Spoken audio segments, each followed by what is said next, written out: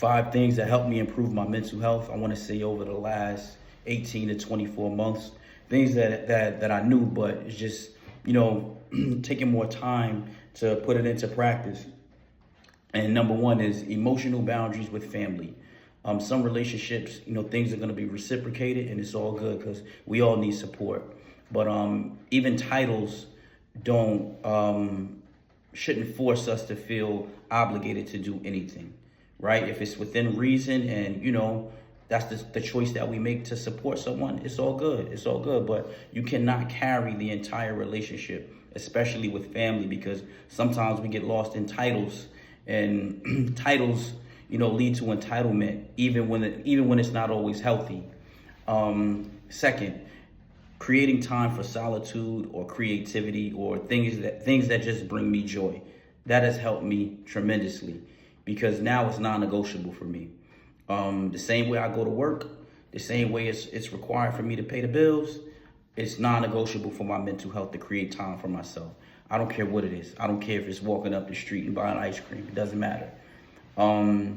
Being careful where I give my energy. That's number 3. The energy belongs to me, right? So I have to be very careful about where I put it, who I give it to, because at the end of the day, at the end of the week, when I need to pull from that cup, if I have nothing, I can't get that energy back that I might have given it to someone or some place or something that it really wasn't worth it, right? Whether it's conflict or even things that may give us a more positive outcome. Priorities are important, where we put that energy. Boundaries with intimate relationships.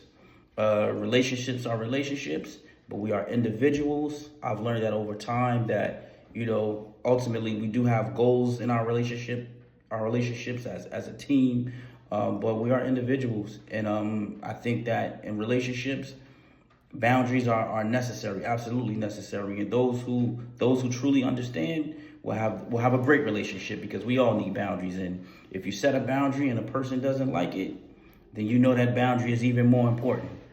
And the last one is saying no, right? Giving yourself the time and the consideration to say no. Now, when someone asks me to do something, even if it's professional, even if it's something that's aligned with my ambitions, I have to say, hold up. Either I don't respond right away, or I say, let me, give me a day or so to process this to see if I'm going to be available. Because sometimes you'll agree to something that's in December, just like that, just because someone asked, and then here comes November, and you realizing that you don't even have the energy to do it. So